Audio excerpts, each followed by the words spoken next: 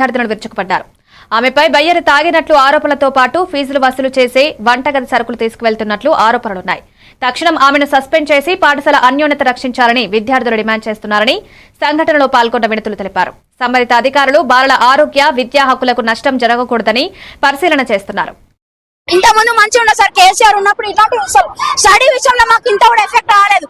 ఈ ప్రిన్సిపల్ వచ్చిన నుంచి మంచి సపోర్ట్ ఉందంటే హెడ్ ఆఫీస్ లో ఆ సపోర్ట్ చూసుకొని మీరు ఏం చేసుకుంటారో చేసుకోండి అన్నట్టు మా ముంగలు అన్ని ఇక్కడ మా ప్రిన్సిపల్ ని సస్పెండ్ చేయాలి.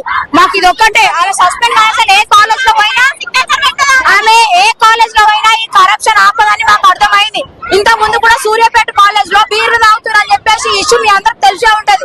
ఆ ఇష్యూ అయినాక మా దగ్గరికి ట్రాన్స్ఫర్ చేస్తే మా దగ్గరకు వచ్చి 1 year అయిపోతుంది సార్.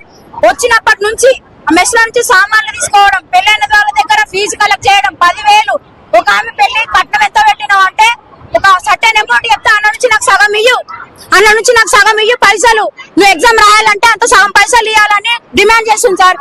ఫీజులు తీసుకున్న వాళ్ళకి అసలు ఆమె ఫీజే కట్టకుండా అడ్మిషన్ ఫీ కట్టినా దోస్తు ఫీ కట్టినా 4-5 వేలు కట్టించుకుంటుంది సార్. అది కూడా డైరెక్ట్ ఆమె కొట్టించుకోదు, హౌస్ మేడం వాళ్ళకి కొట్టించుకొని ఆమె అకౌంట్ కి ట్రాన్స్ఫర్ చేయించుకుంటది. చాలా మేడం వాళ్ళు ఆ కాలేజ్ లో చాలా మేడం వాళ్ళు ఆ మేడం కి చాలా సపోర్ట్ చేస్తున్నారు. ఆ మేడం కి చాలా మంది సపోర్ట్ ఉన్నారు. బయట కూడా చాలా పవర్ ఉందంట. మమ్మల్ని బెదిరించారు.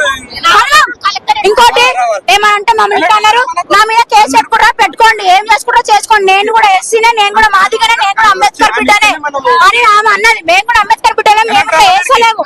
మీరు ఇంత పెద్ద పొజిషన్ నుండి ఎంత కరప్షన్ చేస్తారు.